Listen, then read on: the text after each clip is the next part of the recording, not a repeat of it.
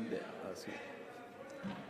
ಮಾನ್ಯ ಅಧ್ಯಕ್ಷರೇ, ಎಲ್ಲರಿಗೆ ಇವತ್ತು ಅವಕಾಶ ಇದೆ. ಇವತ್ತು ರಾತ್ರಿ 1 ಗಂಟೆ ಆದರೂ ಟೆನ್ಷನ್ ಮಾಡಬೇಡಿ.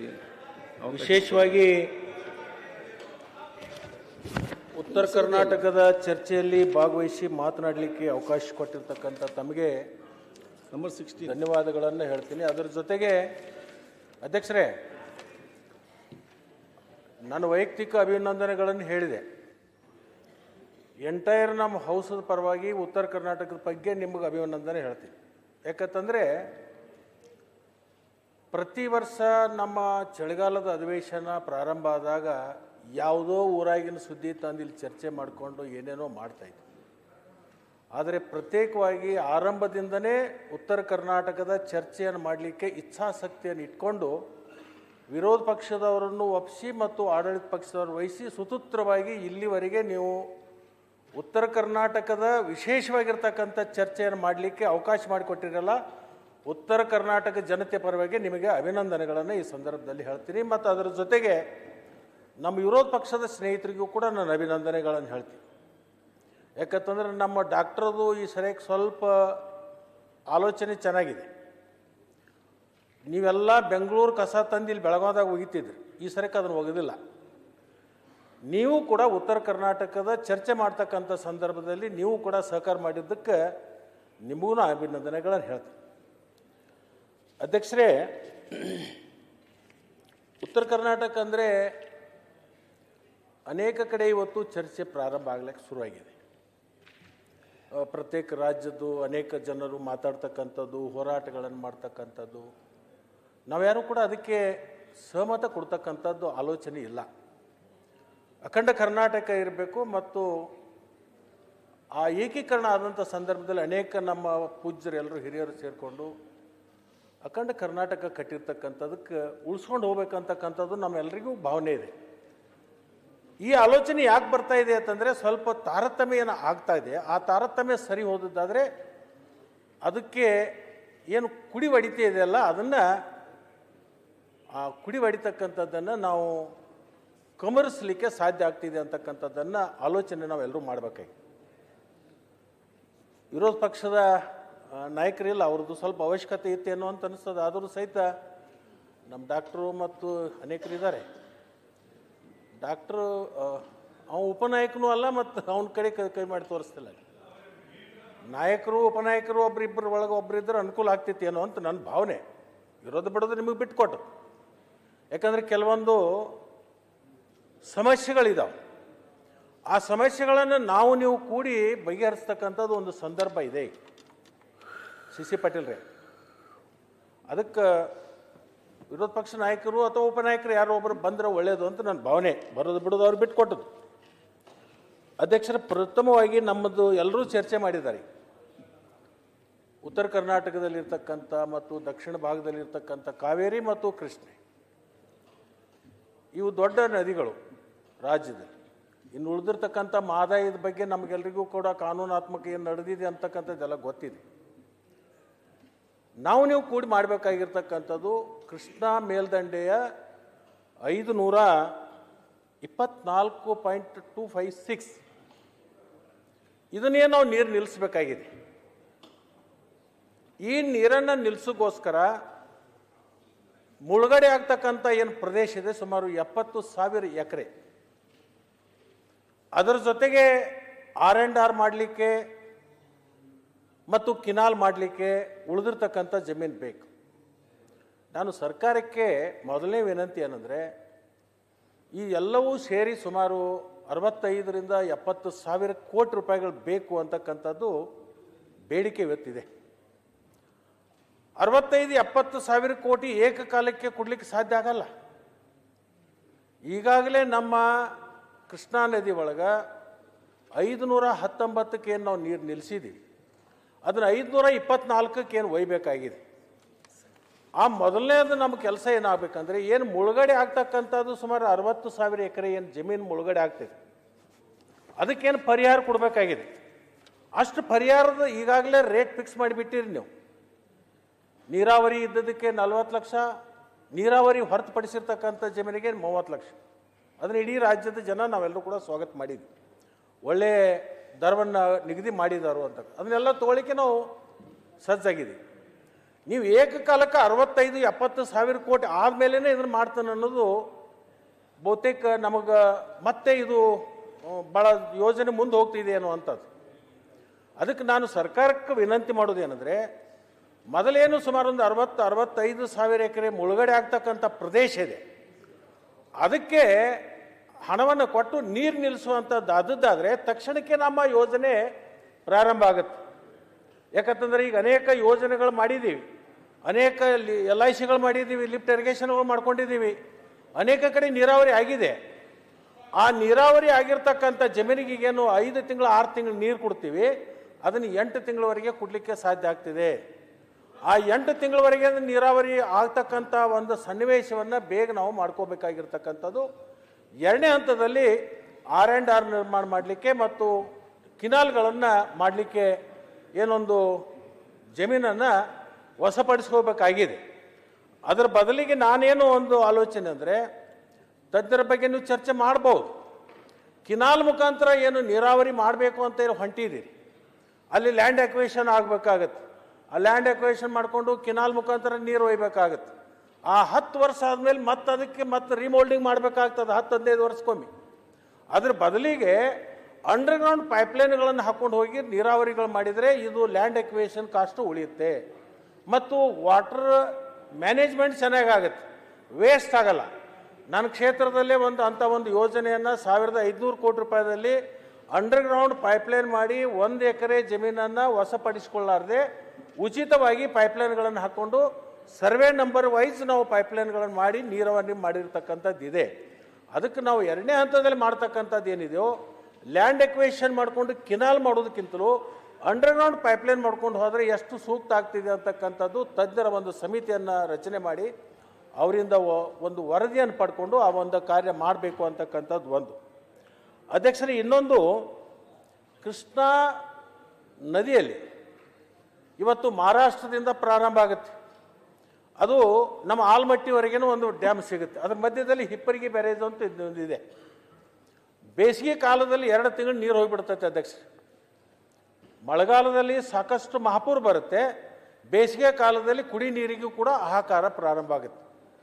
ನಿನ್ನೆ ನಮ್ಮ ರಾಜು ಕಾಗೆ ಅವರು ಅನೇಕರು ಯಾರು ಹೇಳ್ತಾ ಇದ್ರು, ಮಹಾರಾಷ್ಟ್ರದಿಂದ 4 TMC ನೀರನ್ನು ಬಿಡಿಸ್ಕೊಂಡು ಹೋಗಬೇಕು, ಅವ್ರಿಗೆ ಇಲ್ಲಿರ್ತಕ್ಕಂಥ ನೀರನ್ನು ಜತ್ತು ಮತ್ತು ಅಕ್ಕಲಕೋಟೆಗೆ ನೀರು ಅವರಿಗೆ ಕುಡಿ ನೀರು ಕೊಡಬೇಕು ಅಂತಕ್ಕಂಥದ್ದು.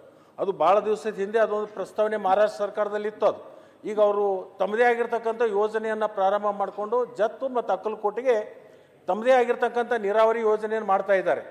ಅದರಿಂದ ಕರ್ನಾಟಕದ ಕೃಷ್ಣಾ ನದಿಯಿಂದ ನೀರು ತಗೊಳ್ತಕ್ಕಂಥದ್ದು ಅವತ್ತಿವರೆಗೆ ಭಾಳಷ್ಟು ಸಮಂಜಸ ಅಲ್ಲ ಅನ್ನುವಂಥ ಒಂದು ಸ್ಥಿತಿಗೆ ಬಂದಿದ್ದಾರೆ. ಈಗ ಅದೇ ಮೈಸಾಳದಿಂದ ಏನು ಲಿಫ್ಟ್ ಮಾಡ್ಕೊಂಡು ಹೋಗ್ತಾ ಇದ್ದಾರೆ, ಅದು ಎಕ್ಸ್ಟೆಂಡ್ ಮಾಡ್ಕೊಂಡು ಹೋದ್ರು ಅವರು. ಈಗ ನಾವು ಮಾಡಬೇಕಾಗಿದ್ದ ಪರಿಹಾರ ಏನಂದರೆ, ಹಿಪ್ಪರಿಗಿ ಬ್ಯಾರೇಜಿಂದ ಮಹಾರಾಷ್ಟ್ರದ ಬಾರ್ಡರ್ವರೆಗೆ ಇರ್ತಕ್ಕಂಥ 700 ಹಳ್ಳಿಗಳು, ಸುಮಾರು ಲಕ್ಷಾಂತರ ಎಕರೆ ಕಬ್ಬು ಬೆಳೀತಕ್ಕಂಥ ಪ್ರದೇಶ, 700 ಹಳ್ಳಿಗಳಿಗೆ ಕುಡಿ ನೀರಿನ ಬೇಸಿಗೆ ಸಂದರ್ಭದಲ್ಲಿ ಆಗ್ತಕ್ಕಂಥ ಸಮಸ್ಯೆಯನ್ನು ಬಗೆಹರಿಸಲಿಕ್ಕೆ ಅಲ್ಲೇನು ನಮ್ಮ ಆಲ್ಮಟ್ಟಿ ಹಿನ್ನೀರಿದೆ, ಅಲ್ಲಿ ಒಂದು ಗಲಗಲಿ ಅಂತಕ್ಕಂಥ ಒಂದು ಯೋಜನೆ ಒಂದು ಪ್ರಾರಂಭ ಆಗಿ ಮುಗಿದಿದೆ. ಅಲ್ಲಿ ಒಂದು ಲಿಫ್ಟ್ ಇರಿಗೇಷನ್ ಮಾಡಿದ್ದಾರೆ.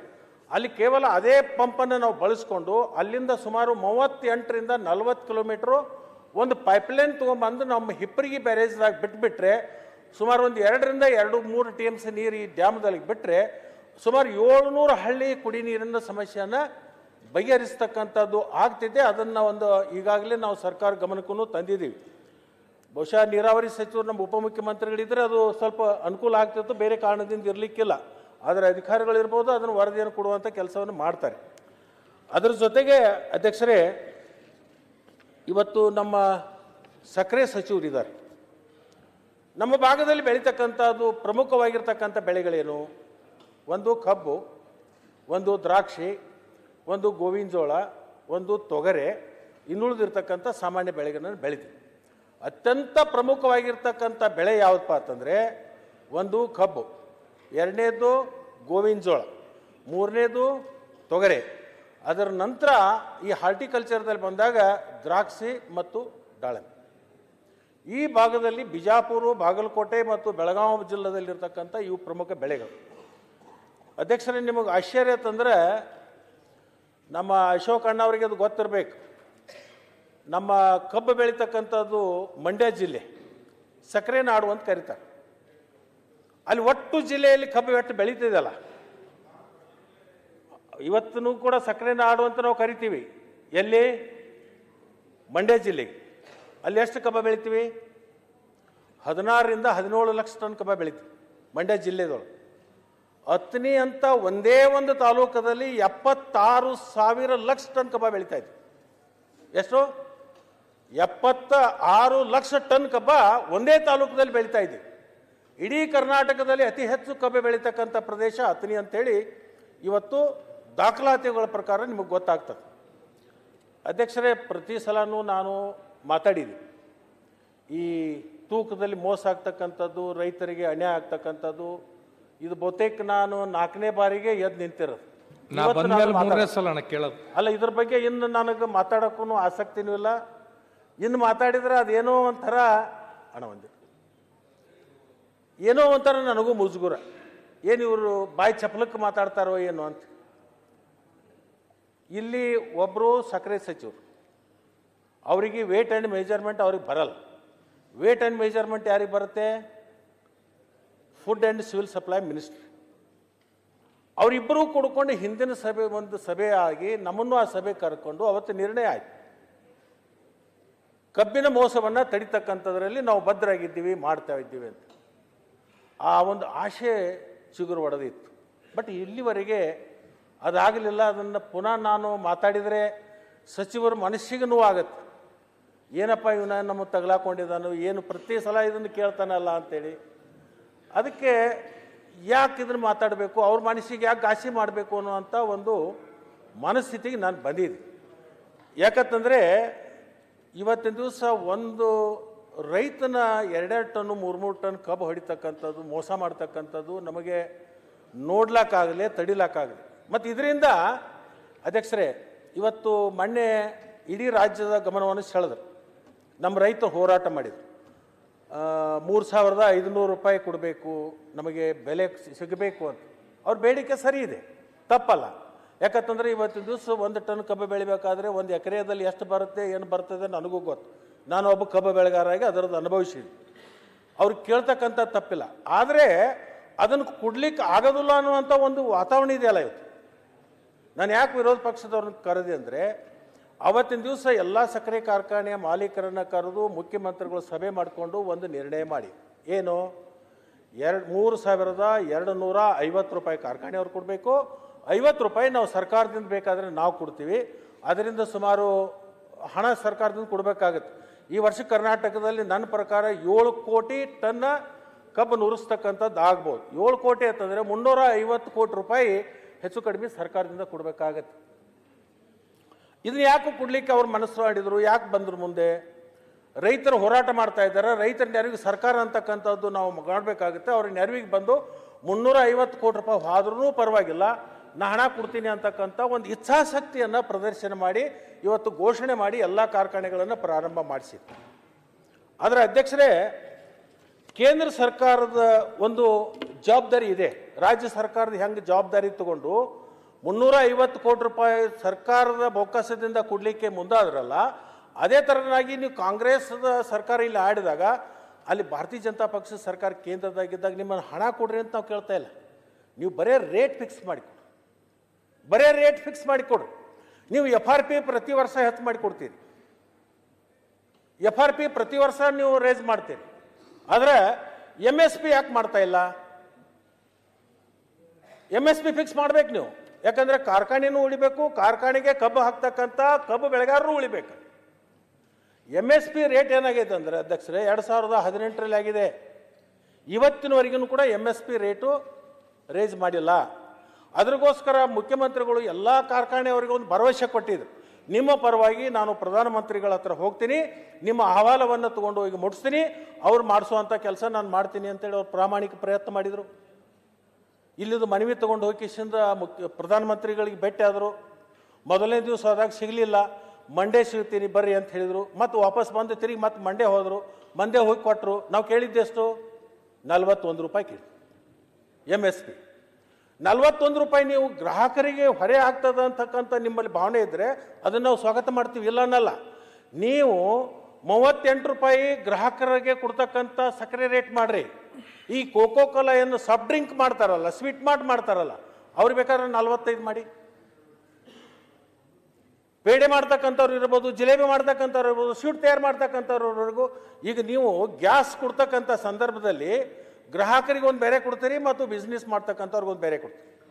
ಕಮರ್ಷಿಯಲ್ ಒಂದು ಕಮರ್ಷಿಯಲು, ಇನ್ನೊಂದು ಡೊಮೆಸ್ಟಿಕ್. ಅಲ್ಲಿ ಹೆಂಗೆ 2 ರೇಟ್ಗಳನ್ನು ಮಾಡ್ತೀರಲ್ಲ, ಸಕ್ರೆಯಲ್ಲಿನೂ 2 ರೇಟ್ ಮಾಡಿ. ನೀವು ಸಕ್ರೆಯಲ್ಲಿನೂ 2 ರೇಟ್ ಮಾಡಿರಿ. ಗ್ರಾಹಕರಿಗೆ ಒಂದು ರೇಟ್ ಬೇರೆ ಮತ್ತು ಈ ಸಾಫ್ಟ್ ಡ್ರಿಂಕ್ಸ್ ಮಾಡ್ತಕ್ಕಂಥವ್ರಿಗೆ ಮತ್ತು ಸ್ವೀಟ್ ಮಾರ್ಟ್ ಮಾಡ್ತಕ್ಕಂಥವ್ರಿಗೆ ನೀವು 40 ರಿಂದ 45 ರೂಪಾಯಿ 2 ರೇಟ್ ಮಾಡಿ. ಇದನ್ನು ಮಾಡಿದಾಗ ಕಾರ್ಖಾನೆಯವರಿಗೆ 3500 ರೂಪಾಯಿ ದರ ಕೊಡಲಿಕ್ಕೆ ಸಾಧ್ಯ ಇದೆ. ನಿಮ್ಮಿಂದ ಏನೂ ಇರಲಿ, ನಿಮ್ಮ ಕೈಲಿಂದ ಕೊಡಬೇಕಾಗಿಲ್ಲ. ಸಿದ್ದರಾಮಯ್ಯನವ್ರು 350 ಕೋಟಿ ಕೊಟ್ಟರೆ ಕೈಲಿಂದ, ನೀವೇನೂ ಕೊಡಬೇಕಾಗಿಲ್ಲ. ನೀವೇನು ಇನ್ನೂ ಕೊಟ್ಟಿಲ್ಲ, ಆ ಮಾತು ಬೇರೆ. ಇನ್ನು ಕುಡಿದ್ರೂ ಬೇಡ, ಬರೇ ನಿಮ್ಮ ಒಂದು ವಾಕ್ಯ ಬರಲಿ ನಮಗೆ. ಒಂದು ಅಧ್ಯಕ್ಷರೇ, ಇದರ ಜೊತೆಗೆ ಮತ್ತೊಂದು ಹೋರಾಟ ಪ್ರಾರಂಭ ಆಯ್ತು. ಗೋವಿನ ಜೋಳದ ಹೋರಾಟ ಪ್ರಾರಂಭ ಆಯ್ತು. ಭಾರತೀಯ ಜನತಾ ಪಕ್ಷದ ಅಧ್ಯಕ್ಷರು ಅದರಲ್ಲಿಯೂ ಭಾಗವಹಿಸಿದ್ರು, ಇದರಲ್ಲಿಯೂ ಭಾಗವಹಿಸಿದ್ರು. ಇಂಪೋರ್ಟು ಎಕ್ಸ್ಪೋರ್ಟ್ ಬಗ್ಗೆ ಶುಗರ್ದು ಹೇಳಬೇಕು. ಜೊತೆಗೆ ನೀವು ಇನ್ನೊಂದು ಅವ್ರಿಗೆ ಕನ್ವಿನ್ಸ್ ಮಾಡಬೇಕಾಗಿದ್ದೇನೆಂದರೆ ಇಥನಾಲ್ ಬಗ್ಗೆನೂ ನೀವು ಕನ್ವಿನ್ಸ್ ಮಾಡಬೇಕು. ಬರ್ತೀನಿ. ಈಗ ನಿಮ್ಮವ್ರು ಅದಕ್ಕೆ ಮೊದಲು ಅಧ್ಯಕ್ಷರೇ, ವಿರೋಧ ಪಕ್ಷದ ನಾಯಕರೇ, ಒಂದು ಕಾಲದಲ್ಲಿ ವಿರೋಧ ಪಕ್ಷ ನಾಯಕರೇ, ಸ್ವಲ್ಪ ಈ ಕಡೆ ಲಕ್ಷ ಕೊಡಪ್ಪ. ಹಳಿ ಸ್ನೇಹಿತ ಅನ್ನೋದ್ರೆ ಒಂದು ಇಟ್ಕೊಂಡು ಲಕ್ಷ ಕೊಡು. ಅಷ್ಟು ಏನು ವಿರೋಧ ಪಕ್ಷ ನಾಯಕ ಆದಮೇಲೆ ಏನು ಎಲ್ಲನೂ ಬಿಡಬೇಕಾ? ಜಾನ್ ಕಿವ್ಡ್ರು ವಿಶ್ವಾಸ ಬೇರೆ, ನಂದು ನಿಂದು ವಿಶ್ವಾಸ ಅದಕ್ಕೆ ಬೇರೆ ಇರ್ಬೋದು. ಅದಕ್ಕೆ ಆ ವಿಶ್ವಾಸ ನಾನು ಹೇಳಿದ್ದೀನಿ, ಹೋಗುತ್ತೆ, ನೀನು ದಿಲ್ಲಿಗೆ ಹೋಗ್ತಿ, ಪ್ರಧಾನಮಂತ್ರಿಗಳಿಗೆ ಭೇಟಿಯಾಗಿ ನಮ್ಮ ಕೆಲಸ ಮಾಡಿ ಕೊಡ್ತೀಯ ಅನ್ನೋ ಒಂದು ವಿಶ್ವಾಸಕನ ಹೊರಗಿದ್ದಂಥವ್ರು ಹೊರ ಕರ್ಸ್ಲಾಕ್ ಹೇಳಿದೆ ನಾನು. ನಿಮ್ಮ ದಾರಿ ನಡೆ ಎಲ್ಲ ನನಗೆ ಗೊತ್ತಿದೆ. ಇಷ್ಟೊತ್ತು ನೀವು ಹೇಳಿದ್ರಲ್ಲ ಏನು ಮುಖ್ಯಮಂತ್ರಿಗಳು ಆಗ ಮಾಡಿದ್ರು ಅಂತ.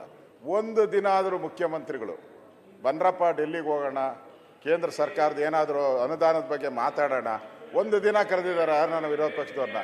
2.5 ವರ್ಷ ಆಯಿತು, ಇನ್ನು ಅವರು ಜಗಳದಲ್ಲೇ ಇದ್ದಾರೆ. ಈ ಜಗಳ ತೀರೋವರೆಗೂ ಅದೇನು ಹೇಳ್ತಾರಲ್ಲ, ಹುಚ್ಚಿಬಿಡೋವರೆಗೂ ಮದುವೆ ಆಗಲ್ಲ, ಮದುವೆ ಆಗೋವರೆಗೂ ಹುಚ್ಚಿಬಿಡಲ್ಲ, ಹಂಗಾಗ್ಬಿಟ್ಟಿದೆ. ಮೊನ್ನೆ ಕರೆದಿದ್ರು, ಅದು ಹೋಯ್ತು. ಅದನ್ನ ನಿಮ್ಮನ್ನು ಕರ್ಕೊಂಡು ಹೋಗೋದ್ರಿಂದ ನಾವು ತಕ್ಷಣ ಒತ್ತಡ ಹಾಕ್ತೀವಿ. ಬಾಲಣ್ಣ, ನನ್ನ ನೀವೆಲ್ಲರೂ ಮಾತಾಡಬೇಡಿ, ಅವ್ರು ಮಾತಾಡ್ತೀರಿ, ಎದ್ದು ನಿಂತು ಯಾಕೆ ಮಾತಾಡ್ತೀರಿ? ಬಾಲಕೃಷ್ಣ ಅವರೇ ಆಯ್ತಾ, ಮಾತಾಡ್ತಾರೆ. ನನ್ನ ಸೌದಿ ಮಾಡಬೇಡಿ, ಉಪಯೋಗ ಆಗಲ್ಲ. ನಮ್ಮ ಸೌದಿ ಮಧ್ಯೆ ಬಂದ್ರೆ ಏನು ಉಪಯೋಗ ಆಗಲ್ಲ, ಅರ್ಥನೂ ಬರಲ್ಲ. ಅದಕ್ಕೆ ನಾನು ಸೌದಿಯವರು ಏನ್ ಹೇಳಿದಾರೆ ಅದನ್ನ ಕೇಳ್ಕಂತ ಇದ್ದೀನಿ. ಒಳ್ಳೆ ಸಲಹೆ ಕೊಡ್ತಾ ಇದ್ದಾರೆ, 2 ಕಡೆ ಹೇಳ್ತಾ ಇದ್ದಾರೆ ಸರ್ಕಾರ ಏನ್ ಮಾಡಬೇಕು, ಕೇಂದ್ರ ಸರ್ಕಾರ ಅಂತ ಒಳ್ಳೆ ಭಾಷಣ ಮಾಡ್ತಾ ಇದ್ದಾರೆ. ನಾನು ಕೇಳಿಸ್ಕೊಂತ ಇದ್ದೀನಿ, ಕಿವಿ ಚಂದಾಗಿದೆ. ಇನ್ನು ಹಾಕೋಣ, ಧನ್ಯವಾದ ಬಂದಿಲ್ಲ ಹಾಕೋಣದು ಅಲ್ಲ. ಕಿವಿ ಸೌದಿ ಅಣ್ಣ, ಈಗ ಪಿ ವಿ ನರಸಿಂಹರಾವ್ ಅವರು ಮುಖ್ಯಮಂತ್ರಿ ಪ್ರಧಾನಿಗಳಿದ್ದಂಥ ಸಂದರ್ಭದಲ್ಲಿ ಈಗ ರಫ್ತು ಮತ್ತು ಆಮದು ಬಗ್ಗೆ ಒಂದು ಒಪ್ಪಂದ ಆಯ್ತು. ಮುಂದುವರ್ಕೊಂಡು ಬಂದಿದೆ ಅನ್ನೋದು ನನ್ನ ಅಭಿಪ್ರಾಯ. ಅಧ್ಯಕ್ಷರೇ, ಈ ನಮ್ಮ ಗೋವಿನ ಜೋಳ ರೇಟು ಸುಮಾರು 4 ವರ್ಷದಿಂದ ಒಂದು ಕ್ವಿಂಟಲ್ಗೆ 2300ರಿಂದ 2400 ನಿರಂತರವಾಗಿ 4 ವರ್ಷ ಕಾನ್ಸ್ಟಂಟ್ ಆಗಿತ್ತು. ದಿಢೀರಂತ ಈ ಸರಿಕ ಗೋವಿನ ಜೋಳ ರೇಟು 1700-1800 ಬಂದ್ಬಿಟ್ಟು ಕ್ವಿಂಟಲ್ಗೆ. ಯಾಕೆ? ಅದನ್ನು ಮುಖ್ಯಮಂತ್ರಿಗಳು ಸಭೆ ಕರ್ಕೊಂಡು ಎಲ್ಲ ಡಿಸ್ಲರಿ ಅವರಿಗೆ ಡೈರೆಕ್ಷನ್ ಕೊಟ್ಟು ಇಂತಿಷ್ಟು ನೀವು ಖರೀದಿ ಮಾಡಲೇಬೇಕು, 2400 ರೂಪಾಯಿ ಏನದು MSP ಇದೆ ಅದರ ಪ್ರಕಾರ ಕೊಡಲೇಬೇಕು ಅಂತ ಹೇಳಿ ಕಡ್ಡಾಯವಾಗಿ ಆದೇಶ ಮಾಡಿದರು. ಅದಕ್ಕೆ ತಗಲ್ತಕ್ಕಂಥ ಸುಮಾರು 1 ಕ್ವಿಂಟಲ್ಗೆ 250 ರೂಪಾಯಿ ಸರ್ಕಾರದಿಂದ ಕೊಡ್ತೀವಿ ಅಂತೇಳಿ ಘೋಷಣೆ ಮಾಡಿದ್ದಾರೆ. ಆ ರೈತರಿಗೆ ತೊಂದರೆ ಆಗಬಾರ್ದು ಅಂತ ತಿಳ್ಕೊಂಡು. ಅಧ್ಯಕ್ಷರೇ, ಇದು ದಿಢೀರಂತ ಯಾಕೆ ರೇಟ್ ಕಡಿಮೆ ಆತಂದರೆ, ಬ್ರೋಕನ್ ರೈಸ್ ಮತ್ತು ಈ ಗೋವಿನ ಜೋಳ ಇದರಿಂದ ಇಥನಾಲ್ ನಾವು ತಯಾರು ಮಾಡ್ತೀವಿ. ಇದರಿಂದ ಇಥನಾಲ್ ತಯಾರು ಮಾಡೋದ್ರಿಂದ ಅಧ್ಯಕ್ಷರೇ 1 ಟನ್ನ ಗೋವಿನ ಜೋಳಕ್ಕೆ 400 ಲೀಟರ್ ಇಥನಾಲ್ ಬರುತ್ತೆ. 400 ಲೀಟರ್. ಉದಾಹರಣೆಗೆ ಕರ್ನಾಟಕದಲ್ಲಿ ಸಕ್ಕರೆ ಕಾರ್ಖಾನೆಯವರು ಮಾಡಿದ್ದಾರೆ, ಅಲೋನ್ ಡಿಸ್ಟಿಲರಿಗಳು ಆಗಿದ್ದಾವೆ, ಫುಡ್ ಗ್ರೇನ್ ಡಿಸ್ಟಿಲರಿಗಳೂ ಆಗಿದ್ದಾವೆ, ಇಥನಾಲ್ ಪ್ರೊಡಕ್ಷನ್ ಆಗುತ್ತೆ. ಇಡೀ ದೇಶದಲ್ಲಿ ಇದು ಒಂದು ಇಥನಾಲನ್ನು ಮಾಡಲಿಕ್ಕೆ ಕೇಂದ್ರ ಸರ್ಕಾರ ಭಾಳ ದೊಡ್ಡ ಪ್ರೋತ್ಸಾಹ ಮಾಡಿ. ಇಥನಾಲ್ ಫ್ಯಾಕ್ಟ್ರಿ ಯಾರು ಹಾಕ್ತೀರಿ, ನಿಮಗೆ 5 ವರ್ಷ ತನಕ ಪ್ಲಾಂಟ್ ಆ್ಯಂಡ್ ಮಷಿನರಿಗೆ ಏನು ಸಾಲ ತಗೋತೀರಿ ಆ ಸಾಲಕ್ಕೆ ಗರಿಷ್ಠ 6% ಬಡ್ಡಿ ಕೊಡ್ತೀವಿ ಅಂತಕ್ಕಂಥದ್ದು ಘೋಷಣೆ ಮಾಡಿ. ಎಲ್ಲ ಕಾರ್ಖಾನೆಯವರು ಅರ್ಧ ನಮಗೆ ಬಡ್ಡಿ ನಾವು ಅಷ್ಟೇ ಕೊಡಬೇಕಾಗುತ್ತೆ, ಅರ್ಧ ಬಡ್ಡಿ ಕೇಂದ್ರ ಸರ್ಕಾರ ಕೊಡುತ್ತೆ ಅಂತ ತಿಳ್ಕೊಂಡು ಎಲ್ಲರೂ ಕಾರ್ಖಾನೆಗಳನ್ನು ಹಾಕಿ. ಒಟ್ಟು ಕಾರ್ಖಾನೆಗಳು ದೇಶದಲ್ಲಿ ಎಲ್ಲ ಕಡೆ ಆಯಿತು ಅಶೋಕಣ್ಣ.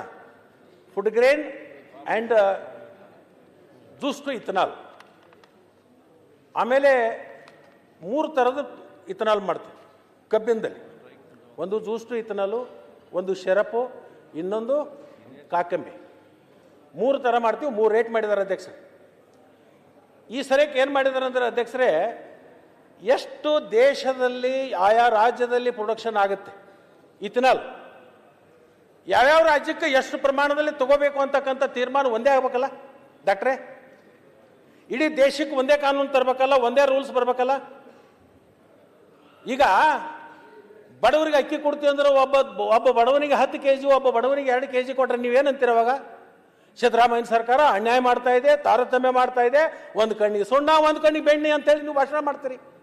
ಇವತ್ತೇನಾಗಿದೆ ಅಧ್ಯಕ್ಷರೇ, ಇವತ್ತು ಗುಜರಾತದಲ್ಲಿ ಪ್ರೊಡಕ್ಷನ್ ಆಗ್ತಕ್ಕಂಥ ಇಥನಾಲ್ 100% ತಗೋತಾರೆ.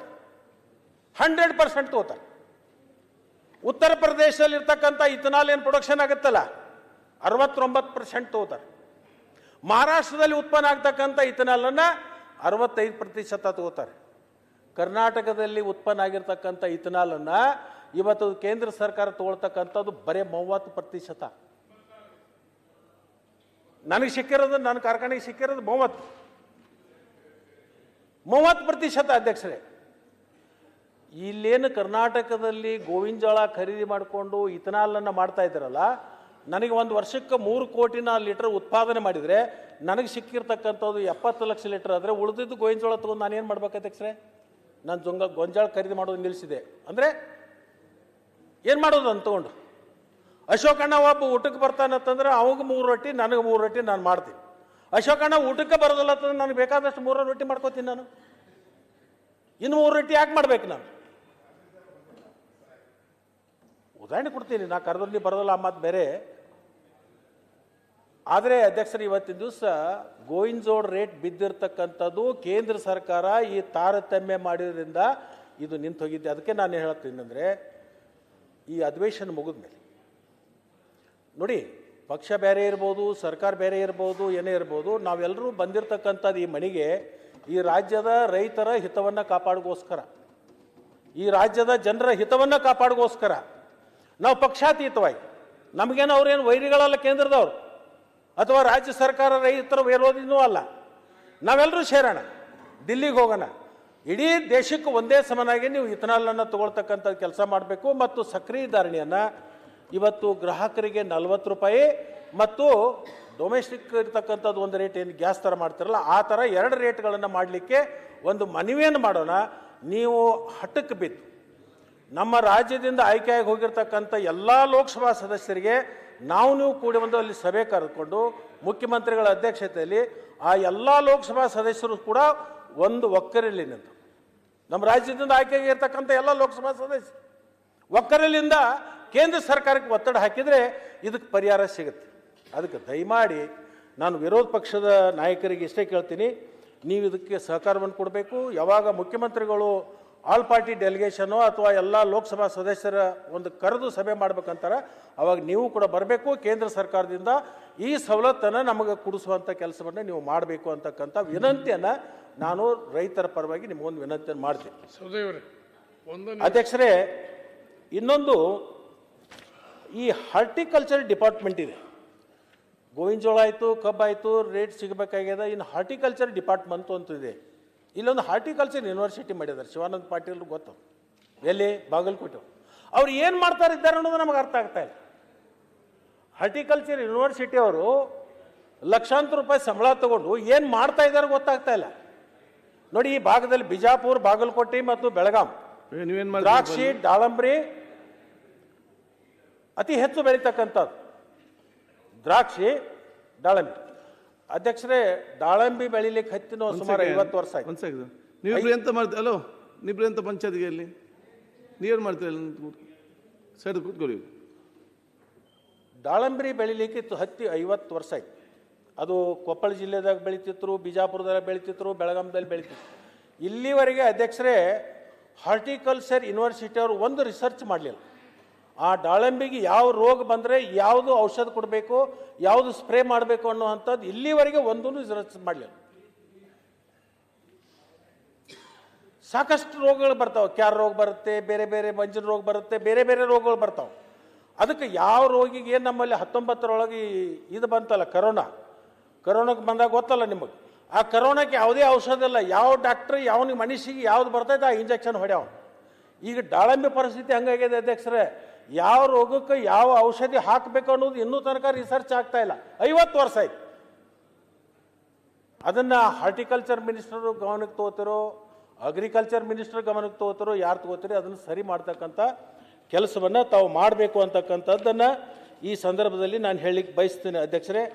ಅದರ ಜೊತೆಗೆ ಎಲ್ಲ ಜನರದ್ದು ಒಂದು ಬೇಡಿಕೆ ಇವತ್ತಿನ ದಿವಸ ಏನು ತಾರತಮ್ಯ ಅಂತಕ್ಕಂಥದ್ದು ಬರ್ತಾ ಇದೆಯಲ್ಲ ಅಧ್ಯಕ್ಷರೇ, ಇವತ್ತು ಆ ಭಾಗದಲ್ಲಿ ಕಲ್ಯಾಣ ಕರ್ನಾಟಕ ಅಭಿವೃದ್ಧಿ ಮಂಡಳಿ ಅಂತ ಹೇಳಿ ಒಂದು ಮಾಡಿಕೊಂಡು ಪ್ರತಿ ವರ್ಷ 5,000 ರೂಪಾಯಿ ಏನು ಕೊಡ್ತಾ ಇದ್ದೀರಿ.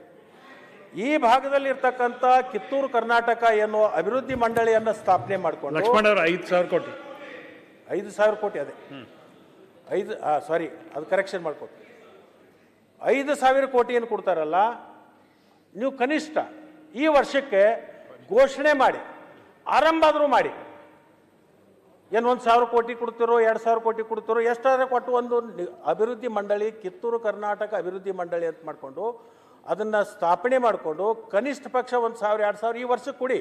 ಆಮೇಲೆ ವರ್ಷ ಅದನ್ನು ಹೆಚ್ಚು ಮಾಡ್ತಕ್ಕಂಥ ಕೆಲಸ ರಾಜ್ಯ ಸರ್ಕಾರ ಮಾಡಬೇಕು ಅಂತಕ್ಕಂಥದ್ದನ್ನು ಈ ಸಂದರ್ಭದಲ್ಲಿ ನಾನು ಹೇಳಲಿಕ್ಕೆ ಬಯಸ್ತೀನಿ ಅಧ್ಯಕ್ಷರೇ. ಅದರ ಜೊತೆಗೆ ಅಧ್ಯಕ್ಷರೇ, ಈ ಭಾಗದಲ್ಲಿ ಈ ವಿಶೇಷವಾಗಿ ಉತ್ತರ ಕರ್ನಾಟಕ ಭಾಳ ದೊಡ್ಡ ಪ್ರಮಾಣದಲ್ಲಿ ಜೈನ ಸಮುದಾಯ ಇಲ್ಲಿರ್ತಕ್ಕಂಥ ಉತ್ತರ ಕರ್ನಾಟಕದ ಆ ಭಾಗದಲ್ಲಿ ಎಲ್ಲ ಅವರು ಗುಜರಾತಿಗಳು, ಮಾರ್ವಾಡಿಯರು ಆ ಕಡೆ ಇರ್ತಕ್ಕಂಥದ್ದು ಅದು ಬೇರೆ. ದಿಗಂಬರ ಮತ್ತು ಶೀತಂಬರ ಅಂತ ಎರಡು ಅದರಲ್ಲೇ ಸಬ್ ಕಾಸ್ಟ್ಗಳು ಬರ್ತವೆ. ಈ ಕಡೆ ಎಲ್ಲ ಇರ್ತಕ್ಕಂಥದ್ದು ದಿಗಂಬರ, ಆ ಕಡೆ ಇರ್ತಕ್ಕಂಥದ್ದು ಶೀತಂಬರ. ಹಿಂದಿನ ಅಧಿವೇಶನ ಸಂದರ್ಭದಲ್ಲಿಯೂ ಕೂಡ ಅವತ್ತು ಅಲ್ಪಸಂಖ್ಯಾತರ ಸಚಿವರಿಗೆ ಕೂಡ ಗಮನವನ್ನು ಸೆಳೆದಿದ್ದೀವಿ, ಈಗೂ ಮತ್ತೆ ಪುನಃ ಗಮನವನ್ನು ಸೆಳಿತೀವಿ. ಅದೇ ಫಂಡದಲ್ಲಿ ಅವರಿಗೆ ಪ್ರತ್ಯೇಕವಾಗಿರ್ತಕ್ಕಂಥ ಒಂದು ಅಭಿವೃದ್ಧಿ ಮಂಡಳಿ ಮಾಡಿ ಅವರಿಗೆ ಶಿಕ್ಷಣಕ್ಕೆ ಮತ್ತು ಯಾವುದ್ಯಾವುದಕ್ಕೆ ಅವ್ರಿಗೆ ಬಡವರು ಇರ್ತಾರೆ ಅವ್ರಿಗೆ ಉಪಯೋಗ ಆಗಲಿಕ್ಕೆ ಒಂದು ಪ್ರತ್ಯೇಕವಾಗಿರ್ತಕ್ಕಂಥ ಒಂದು ಅಭಿವೃದ್ಧಿ ಮಂಡಳಿ ಮಾಡಬೇಕು ಅಂತ ಹೇಳಿ ಅದು ಅವರಲ್ಲಿ. ಅದೇ ಸಚಿವರಿಗೆ ಇನ್ನೊಂದು ನಾನು ವಿನಂತಿ ಮಾಡ್ತೀನಿ, ನೀವು ಅಲ್ಪಸಂಖ್ಯಾತರು ಇದ್ದೀರಿ, ಯಾರು ನಮ್ಮ ಅಲ್ಪಸಂಖ್ಯಾತರ ಸಚಿವರಾಗಿರ್ತಕ್ಕಂಥವ್ರು ಅಲ್ಪಸಂಖ್ಯಾತರು ಇದೆ, ಮುಸ್ಲಿಂ ಸಮಾಜ. ಅದರಲ್ಲಿ ಒಳಪಂಗಡಗಳಿದ್ದಾವೆ ಅಧ್ಯಕ್ಷರೇ. ಅಲ್ಲಿನೂ ಕೂಡ ಅಲ್ಲಿ ನದಾಪಾ ಪಿಂಜಾರ ಅಂತ ಹೇಳಿ ಕಿಶನ್ ಒಂದು ಕಮ್ಯುನಿಟಿ ಇದೆ, ನಿಮಗೂ ಗೊತ್ತಿದೆ, ಅದು ನಿಮಗೂ ಭಾಳ ಅದು ಅರ್ಥ ಮಾಡ್ಕೊಂಡಿರ್ತಕ್ಕಂಥವ್ರು ಸ್ಪೀಕರ್ ನಮ್ಮವರಿದೆ. ಏನಾಗ್ತಾ ಇದೆ ಅಂದರೆ ಆ ಕಮ್ಯುನಿಟಿ ಭಾಳಷ್ಟು ನಿರ್ಲಕ್ಷ್ಯಕ್ಕೆ ಒಳಗಾಗಿದೆ. ಈ ನದಾಫಾ ಮತ್ತು ಪಿಂಜಾರ ಅಂತಕ್ಕಂಥ ಏನು ಸಮುದಾಯ ಇದೋ ಆ ಸಮುದಾಯ ಸರ್ಕಾರದ ಸವಲತ್ತುಗಳಿಂದೂ ವಂಚಿತ ಆಗಿದೆ, ಉದ್ಯೋಗದಲ್ಲಿನೂ ವಂಚಿತ ಆಗಿದೆ, ಅದರ ಜೊತೆಗೆ ರಾಜಕೀಯದಲ್ಲಿನೂ ಕೂಡ ಸಾಕಷ್ಟು ಅವರು ವಂಚಿತ ಆಗಿರ್ತಕ್ಕಂಥ ಒಂದು ಸಮುದಾಯ ಏನಿದೆಯಲ್ಲ, ಆ ಪಿಂಜಾರ್ ನದಾಫ್ ಅಂತಕ್ಕಂಥ ಏನು ಸಮುದಾಯ ಇದೆ ಅದಕ್ಕೆ ತನ್ನದೇ ಆಗಿರ್ತಕ್ಕಂಥ ಒಂದು ಒಳ ಮೀಸಲಾತಿಯಲ್ಲಿ ಅವರಿಗೊಂದು ಸ್ಥಾನಗಳನ್ನು ಕೊಡ್ತಕ್ಕಂಥ ಕೆಲಸಗಳಾಗಬೇಕು. ಅವ್ರಿಗೋಸ್ಕರನೇ ಒಂದು ಅಭಿವೃದ್ಧಿ ಮಂಡಳಿಯನ್ನು ಮಾಡಿಕೊಂಡು ಈಗಿರ್ತಕ್ಕಂಥದ್ರಲ್ಲೇ ನೀವು ಹಣ ತೆಗೆದಿಟ್ಕೊಂಡು ಅವ್ರಿಗೆ ಪ್ರತ್ಯೇಕವಾಗಿರ್ತಕ್ಕಂಥ ಅಭಿವೃದ್ಧಿ ಮಂಡಳಿ ಮಾಡಿ ಅವರಿಗೆ ನ್ಯಾಯ ಕೊಡಿಸುವಂಥ ಕೆಲಸವನ್ನು ಕೂಡ ತಾವು ಮಾಡಬೇಕು ಅಂತ ಹೇಳಿ ಈ ಒಂದು ಸಂದರ್ಭದಲ್ಲಿ ನಾನು ಕೇಳಿಕೊಂಡು ನಾನು ಶಿವಾನಂದ ಪಾಟೀಲ್ರಿಗೆ ಇನ್ನೊಂದು ಸಲ ಕೊನೆಯದಾಗಿ ನಾನು ವಿನಂತಿಯನ್ನು ಮಾಡ್ಕೋತೀನಿ. ನಿಮ್ಮದು ಇಲಾಖೆ ನಿಮ್ಮದು ಇರಲಿಕ್ಕಿಲ್ಲ, ಬಟ್ ನೀವೊಬ್ಬರು ಸಕ್ಕರೆ ಸಚಿವರಾಗಿ ನೀವು ಹೆಚ್ಚು ಆಸಕ್ತಿ ವಹಿಸಬೇಕು. ಆ ರೈತರ ಪುಣ್ಯ ಕಟ್ಕೊಳ್ತಕ್ಕಂಥದ್ದು ತಾವು ಮಾಡಬೇಕು ಅಂತ ಹೇಳಿ ನಾನು ಮತ್ತೊಮ್ಮೆ ನಿಮಗೆ ನಾನು ಒತ್ತಾಯ ಮಾಡ್ತೀನಿ. ಯಾಕಂತಂದ್ರೆ ನಾನು ನಿಮಗೆ ಪ್ರತಿ ಸಲ interfere ಮಾಡಿದ್ದಿಲ್ಲ ನಾನು. ಅಲ್ಲಲ್ಲ ಪ್ರತಿ ಸಲ ಮಾತಾಡೋದ್ರೆ ನಿಮಗೆ ಮನಸ್ಸಿಗೆ ಆಸಿ ಮಾಡಬಾರ್ದು ಅನ್ನೋದು ಅಂತಃಕರಣ ಇದ್ರೂ ಕೂಡ ಅನಿವಾರ್ಯತೆ ಆಗಿದೆ. ಯಾಕಂತಂದ್ರೆ ಜನ ನಮ್ಮನ್ನು ಕೇಳ್ತಾರೆ. ಇಷ್ಟು ದಿವಸ ಮಾತಾಡಿ ಈ ಸರಕ್ಕೆ ಏನೂ ಲಕ್ಷ್ಮಣ ಸವದಿ ಮಾತಾಡಲಿಲ್ಲ ಅಂತಂದ್ರೆ ಲಕ್ಷ್ಮಣ ಸವದಿ ಮನೆಗೆ ಬಹುತೇಕ ಸೂಟ್ಕೇಸ್ಗಳು ಹೋಗಿದ್ದಾವೆ ಏನೋ ಅಂತೇಳಿ ಆ ರೈತರು ನನಗೆ ಮಾತಾಡ್ಕೊಳಕತ್ತಾರೆ. ಅದು ಶಬ್ದ ಬರಬಾರ್ದು ಅಂತ ತಿಳ್ಕೊಂಡು ಈ ಮಾತನ್ನು ನಾನು ಹೇಳಬೇಕಾಗಿರ್ತಕ್ಕಂಥ. ಅದಕ್ಕೆ ದಯಮಾಡಿ ನನ್ನ ಜವಾಬ್ದಾರಿ ನಾ ತಗೊಂಡೀನಿ, ಇನ್ನು ನಿಮ್ಮ ಜವಾಬ್ದಾರಿ ನೀವು ತಗೋಬೇಕಾಗ್ತದೆ.